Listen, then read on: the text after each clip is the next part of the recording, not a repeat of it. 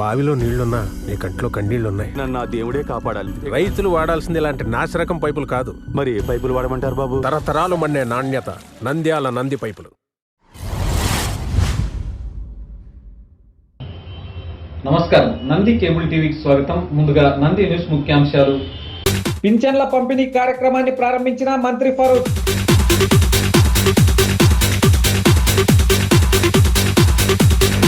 మహిళలపై లైంగిక వేధింపులను నిరోధించాలన్న జిల్లా కలెక్టర్ శ్రీనివాసులు.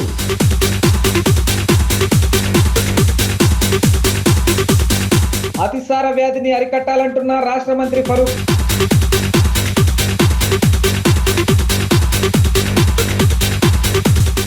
ప్రజా ఫిర్యాదుల పరిష్కార వ్యవస్థ కార్యక్రమానికి 52 ఫిర్యాదులు.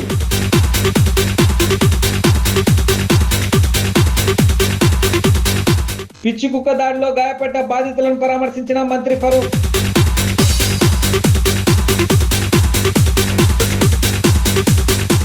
నంద్యాలలో ఉమ్మడి జిల్లాల్లో తైక్వాండో బాలబాలికల ఛాంపియన్షిప్ టోర్నమెంట్.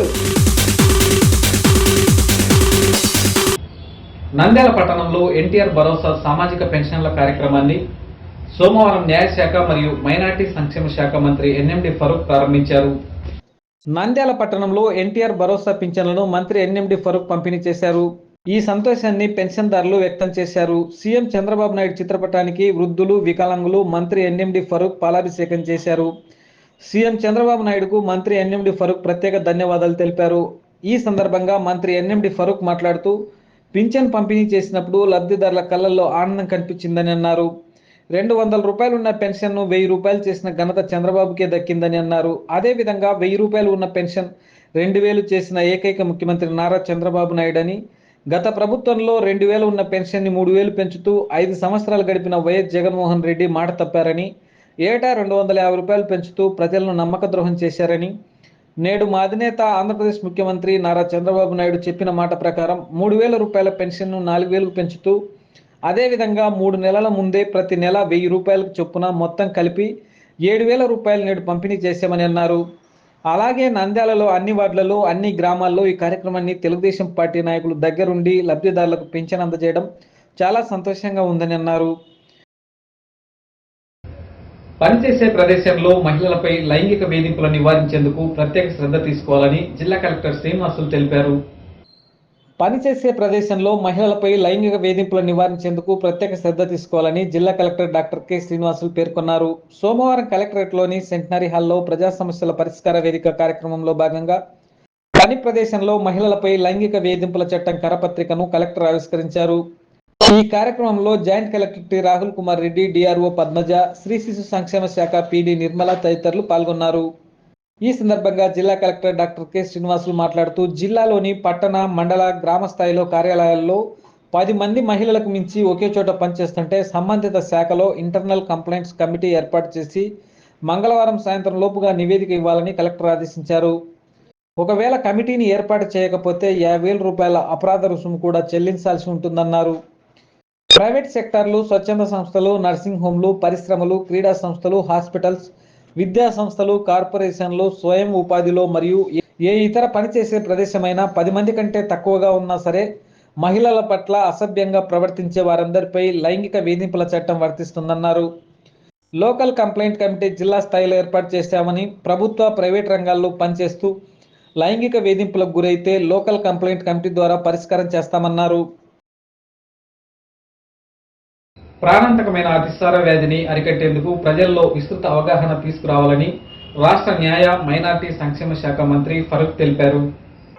ప్రాణాంతకమైన అతిసార వ్యాధిని అరికట్టేందుకు ప్రజలలో విస్తృత అవగాహన తీసుకురావాలని రాష్ట్ర న్యాయ, మైనార్టీ సంక్షేమ శాఖ మంత్రి వర్యులు ఎన్ఎండి ఫరూక్ తెలిపారు. సోమవారం నంద్యాల పట్టణంలోని డేనియల్పురం సెయింట్ జోసెఫ్ బాలికల పాఠశాలలో స్టాఫ్ డయేరియా క్యాంపెయిన్ కార్యక్రమంలో ఆయన ముఖ్య అతిథిగా పాల్గొని జిల్లా కలెక్టర్ డాక్టర్ కె శ్రీనివాసులు, మాజీ న్యాయశాఖ మంత్రి ప్రతాపరెడ్డితో కలిసి జ్యోతి ప్రజ్వలన చేసి స్టాఫ్ డయేరియా కార్యక్రమాన్ని ప్రారంభించారు. ఈ సందర్భంగా మంత్రి ఎన్ఎండి ఫరూక్ మాట్లాడుతూ అతిసార వ్యాధి ద్వారా సంభవించే మరణాలను అరికట్టేందుకు రాష్ట్ర ప్రభుత్వం డయేరియా కార్యక్రమాన్ని ప్రతిష్టాత్మకంగా చేపట్టిందన్నారు. జూలై 1 నుండి ఆగస్టు 31 వరకు అతిసార వ్యాధిపై విస్తృత స్థాయిలో ప్రజల్లో అవగాహన కల్పించాలని ప్రణాళికాబద్ధంగా చేపట్టామన్నారు. ఈ కార్యక్రమంలో ఏఎన్ఎంలు, ఆశా కార్యకర్తలు, అంగన్వాడీ కార్యకర్తలు తదితర వైద్య సిబ్బంది ఇంటింటికి తిరిగి అతిసార వ్యాధి పట్ల మరియు ఓఆర్ఎస్ ద్రావణం తయారు చేసే విధానంపై అవగాహన కల్పిస్తారన్నారు. స్టాఫ్ డయేరియా కార్యక్రమం 2 నెలలు జరుగుతుందని, వైద్య సిబ్బంది నిర్లక్ష్యం చేయకుండా డయేరియాతో మరణాలు సంభవించకుండా పూర్తి స్థాయిలో అవగాహన కల్పించి ఈ కార్యక్రమాన్ని విజయవంతం చేయాలన్నారు. ఈరోజు అతిసార వ్యాధి రాష్ట్రవ్యాప్తంగా ఉంది. కాబట్టి మీరు జాగ్రత్తగా ఉండాలి, జాగ్రత్తలు పాటించాలి.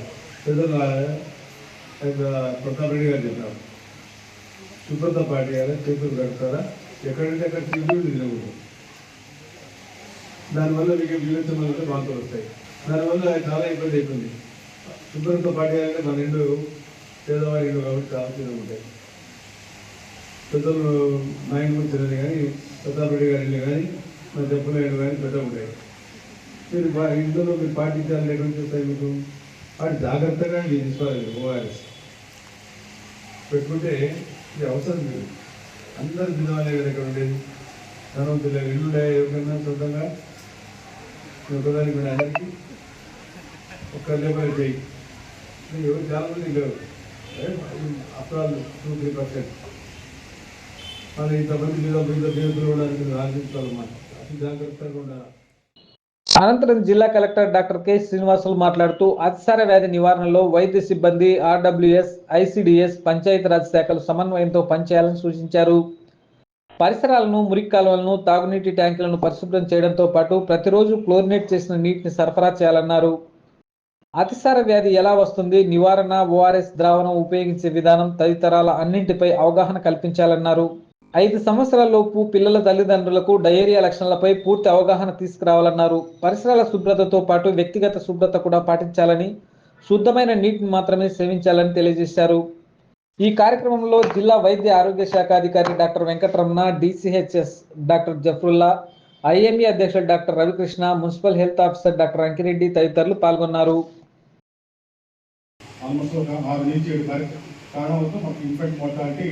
జీరో టు 5 జరుగుతూ ఉంటుంది.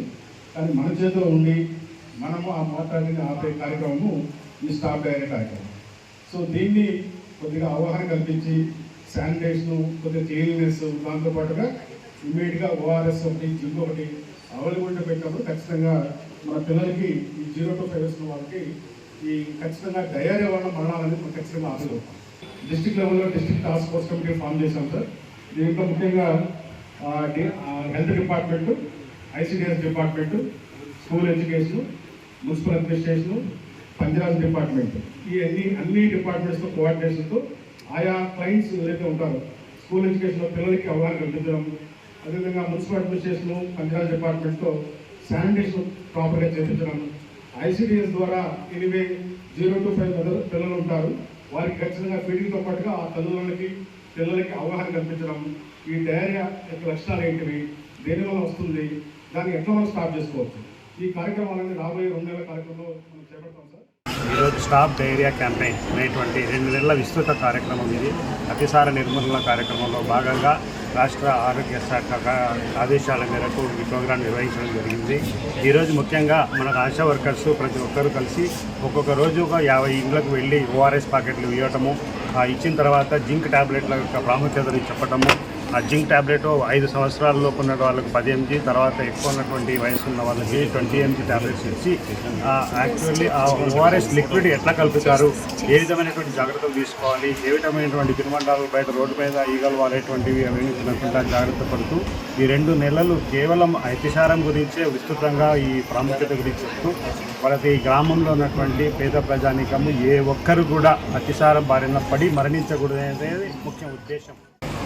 ఈరోజు మన గౌరవ మంత్రివర్యులు ఎన్ఎండి ఫరూక్ గారు, మైనారిటీ శాఖ మంత్రులు, అలాగే గౌరవ కలెక్టర్ గారు శ్రీనివాసులు గారు, రెడ్డి మాజీ మంత్రివర్యులు, అలాగే డిస్ట్రిక్ట్ కోఆర్డినేటర్ డాక్టర్ జఫరుల్లా గారు, ఐఎంఏ మాజీ ప్రెసిడెంట్, స్టేట్ ప్రెసిడెంట్ రవికృష్ణ గారు, మున్సిపల్ కమిషనర్ రెడ్డి గారు, మా ప్రోగ్రామ్ ఆఫీసర్లు, అంగన్వాడీ టీచర్లు అందరూ కూడా ఈరోజు మంచిగా పాల్గొని ఈ కార్యక్రమం స్టాప్ డయేరియా క్యాంపెయిన్ అనేది ఈ 2 నెలల కార్యక్రమాన్ని విజయవంతం చేయాలని చెప్పేసి వాళ్ళందరూ కూడా అందరినీ ఉద్దేశించి మాకందరికీ సలహాలు సూచనలు ఇచ్చారు.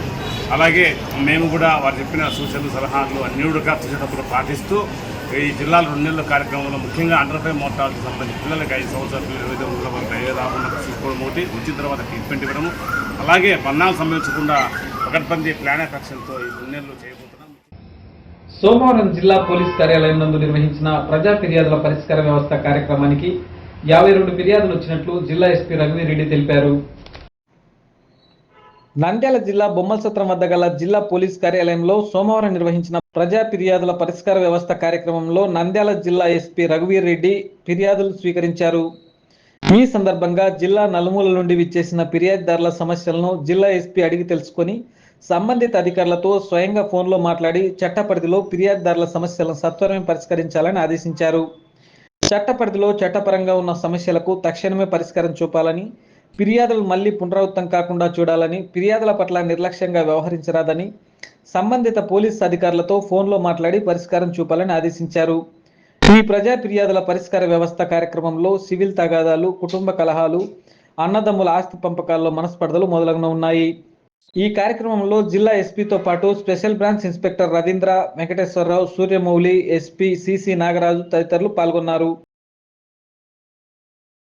నంద్యాల పట్టణంలో ఆదివారం ఓ పిచ్చి కుక్క దాడిలో గాయపడిన బాధితులను రాష్ట్ర మంత్రి ఫరూక్ పరామర్శించారు. నంద్యాల పట్టణంలో ఆదివారం పిచ్చి కుక్క స్వైర విహారం చేసింది. ప్రియాంక నగర్, పద్మావతి నగర్, టెక్కే, రెవెన్యూ క్వార్టర్స్ ప్రాంతాల్లో 25 మందిని గాయపరిచింది. పెద్దలతో పాటు పలువురు చిన్నారులు గాయపడ్డారు. ప్రియాంక నగర్కు చెందిన లక్ష్మీదేవి, మరో 2 మహిళలకు తీవ్ర గాయాలవడంతో నంద్యాల సర్వజన ఆసుపత్రిలో చేరారు. మిగిలిన 22 మంది వ్యాక్సిన్లు వేయించుకొని వెళ్లారు. ఆసుపత్రిలో చికిత్స పొందుతున్న బాధితులను న్యాయ, మైనార్టీ శాఖల మంత్రి ఎన్ఎండి ఫరూక్ పరామర్శించారు. కమిషనర్ గారు కూడా సీరియస్ గా తీసుకోవాల్సిన అవసరం ఉంది. కమిషనర్ గారు ఇప్పుడే ఉన్నారు. ఒక రోజులో 25 మందికి ఒకటే కుక్క మన డాగ్ బైట్ వల్ల ఒక అమ్మాయి అయితే చాలా సీరియస్ గా ఉంది. 2వ అమ్మాయికి అయితే ఇక్కడ గురికేశారు. చాలా మంది స్మాల్ ఇంజరీస్ ఉన్నారు. వాళ్ళకందరూ కూడా ట్రీట్మెంట్ చేస్తూ ఉన్నారు. కానీ ప్రతిరోజు కూడా 10 మంది వస్తున్నారు. ఇందాక డాక్టర్ గారు చెప్పారు, ఇంకొక ఈ అమ్మాయి కాకుండా ఇంకో అమ్మాయి రోజు వస్తున్నాయి సార్ 10 కేసులు కూడా అని చెప్పి. డాక్టర్ సూపరింటెండెంట్ గారు కూడా మనం ఉండాలి, ఎక్కడ లేరు. హాస్పిటల్ ఎంత అభివృద్ధి చేశాం. నంద్యాల పట్టణంలో కర్నూలు, నంద్యాల ఉమ్మడి జిల్లాల తైక్వాండో బాలబాలికల ఛాంపియన్షిప్ టోర్నమెంట్ ను ఆదివారం మున్సిపల్ టౌన్ హాల్ నందు నిర్వహించారు. కర్నూలు మరియు నంద్యాల ఉమ్మడి జిల్లాల తైక్వాండో బాలబాలికల ఛాంపియన్షిప్ టోర్నమెంట్ జూన్ 30వ తేదీ ఆదివారం నంద్యాల పట్టణంలో మున్సిపల్ టౌన్ హాల్ నందు మాస్టర్ అబ్దుల్ మజీద్ ఆధ్వర్యంలో నిర్వహించారు. ఈ టోర్నమెంట్లో ఉమ్మడి జిల్లాల నుండి బాలబాలికలు 150 మంది క్రీడాకారులు పాల్గొన్నారు. ఈ పోటీలు మొత్తం sub junior, cadet, junior, seniors విభాగాల్లో జరిగాయి. ఈ పోటీలకు ముఖ్య అతిథులుగా నంద్యాల జిల్లా taekwondo association president R Maruthi Kumar మరియు డి దస్తగిరి పర్ల పాల్గొన్నారు. ఈ పోటీలు రాష్ట్ర మంత్రివర్యులు ఎన్ఎండి ఫరూక్ వారి సహకారంతో నిర్వహించడం జరిగింది. నంద్యాల పట్టణానికి చెందిన మాస్టర్ అబ్దుల్ మజీద్ టీం మొత్తం 34 బంగారు, 13 రజత, 10 కాంస్య పతకాలతో ఓవరాల్ ఛాంపియన్షిప్ ట్రోఫీని కైవసం చేసుకున్నారు. ఈ టోర్నీలో బంగారు పతకాలు సాధించిన క్రీడాకారులు జూలైలో అనంతపురం మరియు కడప జిల్లాలో జరగబోయే రాష్ట్ర స్థాయి పోటీల్లో పాల్గొంటారని ఉమ్మడి జిల్లాల ఇన్ఛార్జ్ సెక్రటరీ మాస్టర్ అబ్దుల్ మజీద్ తెలిపారు. ఈరోజు మన నంద్యాల పట్టణంలో మొట్టమొదటిసారిగా కర్నూలు మరియు నంద్యాల ఉమ్మడి జిల్లాల తైక్వాండో ఛాంపియన్షిప్ పోటీలు మన ఈ నంద్యాల పట్టణంలో నిర్వహించడం జరిగినది. ఈ పోటీలు ఇక్కడ జరిపించడం కూడా మాకు ఎంతో ఆనందకరంగా ఉంది. ఈ పోటీలలో దాదాపుగా కర్నూలు జిల్లా మరియు నంద్యాల జిల్లాల నుండి దాదాపుగా 150 మంది క్రీడాకారులు పాల్గొనడం జరిగింది. ఈ పోటీలు సబ్ జూనియర్, క్యాడెట్ మరియు జూనియర్, సీనియర్ విభాగాలలో జరుగుతాయి. ఎవరైతే ఈ పోటీలలో పాల్గొని గోల్డ్ మెడల్ సాధిస్తారో వాళ్ళు రేపు నెల జరగబోయే రాష్ట్ర స్థాయి పోటీలకు అర్హత సాధిస్తారు. అలాగే రాష్ట్ర స్థాయిలో కూడా వీళ్ళు గోల్డ్ మెడల్ సాధిస్తే వీళ్ళు జాతీయ స్థాయిలో జరిగే పోటీలకు కూడా అర్హత సాధిస్తారు. ఈ తైక్వాండో వచ్చేసి కేవలం ఒక ఆత్మరక్షణ మాత్రమే కాదు, ఇది ఒక ఒలింపిక్ క్రీడ. అలాగే ఈ క్రీడ ద్వారా, ఈ సర్టిఫికేట్ల ద్వారా పిల్లల్లో రేపు జరిగేపోయే కాంపిటేటివ్ ఎగ్జామ్స్ అయితేనేమి, అలాగే ఉద్యోగ అవకాశాలు అయితేనేమి, కానీ ఈ రిజర్వేషన్ కోటా ద్వారా పిల్లలకు భవిష్యత్తు ఎంతో ఉన్నతంగా తీర్చిదిద్దుకునే అవకాశం ఉంటుంది. నా పేరు నాయబ్ రసూల్. నేను న్యూ ఆంధ్రప్రదేశ్ తైక్వాండో అసోసియేషన్ నుంచి అబ్జర్వర్ రావడం జరిగింది. రాష్ట్ర స్థాయి పోటీలకు ఇక్కడ గోల్డ్ మెడల్ సాధించిన క్రీడాకారులు రాష్ట్ర స్థాయి పోటీలకు పాల్గొనాల్సి ఉంటుంది. అందులో గెలుపొందిన జాతీయ స్థాయి టోర్నమెంట్లో ఆగ్రాలో జరిగే జాతీయ స్థాయి టోర్నమెంట్లో పాల్గొంటారు. అందులో ఇంకోటి ఏంటంటే నంద్యాల తైక్వాండోకు చాలా ప్రాచీనమైన క్రీడ మాదిరి ఉంటుంది. ఇక్కడ నంద్యాలలో జాతీయ స్థాయి అంతర్జాతీయ క్రీడాకారులు కూడా ప్రజెంట్ ఆడి మెడల్స్ కొట్టిన సందర్భాలు చాలా ఉన్నాయి. రీసెంట్గా ఈ మధ్య నిన్న జరిగిన అస్సాంలో జరిగిన జాతీయ స్థాయి టోర్నమెంట్లో పోలీస్ విభాగంలో ఫరతుల్లా అనే అబ్బాయి జాతీయ స్థాయిలో రీసెంట్గా మెడల్ కొట్టినాడు. నంద్యాల క్రీడాకారుడు. నంది న్యూస్ ముగించే ముందు ముఖ్యాంశాలు మరోసారి. పింఛన్ల పంపిణీ కార్యక్రమాన్ని ప్రారంభించిన మంత్రి ఫరూక్.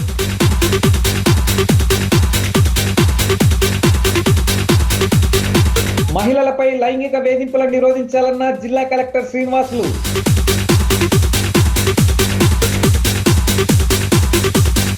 అతిసార వ్యాధిని అరికట్టాలంటున్న రాష్ట్ర మంత్రి ఫరూక్.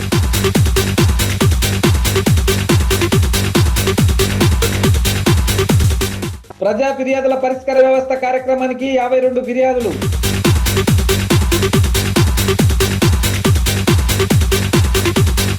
పిచ్చి కుక్క దాడిలో గాయపడ్డ బాధితులను పరామర్శించిన మంత్రి ఫరూక్.